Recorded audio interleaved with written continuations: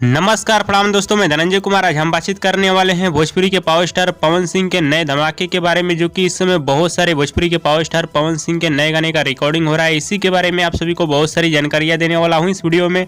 हाँ तो दोस्तों, इस वीडियो को लास्ट तक देखते रहें और जो लोग मेरे चैनल को अभी तक सब्सक्राइब नहीं किए हैं वो लोग कर लें, क्योंकि हमारे चैनल पर भोजपुरी का हर खबर सबसे पहले आता है। जैसे कि आप सभी को पता ही होगा, हाल फिलहाल में भोजपुरी के पावर स्टार पवन सिंह का बहुत सारा गाना आप सभी के बीच आया है और सभी गाना यूट्यूब पे इस समय काफी ज्यादा धमाल और बवाल मचा रहा है। लेकिन आप सभी के लिए एक और बहुत ही बड़ी खुशखबरी आ रही है। खुशखबरी है कि भोजपुरी के पावर स्टार पवन सिंह के फिर से नए एल्बम गाने का रिकॉर्डिंग शुरू कर दिया गया है, जो कि इसकी जानकारी दिए हैं प्रियांशु सिंह अपने सोशल मीडिया अकाउंट के माध्यम से। और जो डीआरजे रिकॉर्ड भोजपुरी के यूट्यूब चैनल से गाना आने वाला था, उसका डम्मी बना था और उस गाने का भी पवन सिंह रिकॉर्डिंग किए हैं। और बताया भी जा रहा है कि बहुत जल्द भोजपुरी के पावर स्टार पवन सिंह अपने नए होली गाने का भी रिकॉर्डिंग करने वाले हैं। और हाल फिलहाल में भोजपुरी के पावर स्टार पवन सिंह के 2-3 एल्बम गाने का भी रिकॉर्डिंग किया गया है, यानी कल ही रिकॉर्डिंग किया गया है। वहां से कुछ तस्वीरें आई हैं जो कि इस फोटो में नजर आ रहे हैं। भोजपुरी के पावर स्टार पवन सिंह, आकांक्षा दुबे, प्रियांशु सिंह और पवन सिंह के बहुत सारे टीम वाले नजर आ रहे हैं। हाँ तो दोस्तों, आप लोग तैयार रहिए, फिर से बहुत जल्द भोजपुरी के पावर स्टार पवन सिंह का बैक टू बैक धमाका होने वाला है आप सभी के बीच। हाँ तो दोस्तों, भोजपुरी के पावर स्टार पवन सिंह का ये बहुत ही बड़ा अपडेट था। आप सभी को कैसा लगा हमें नीचे कमेंट बॉक्स में जरूर बताइएगा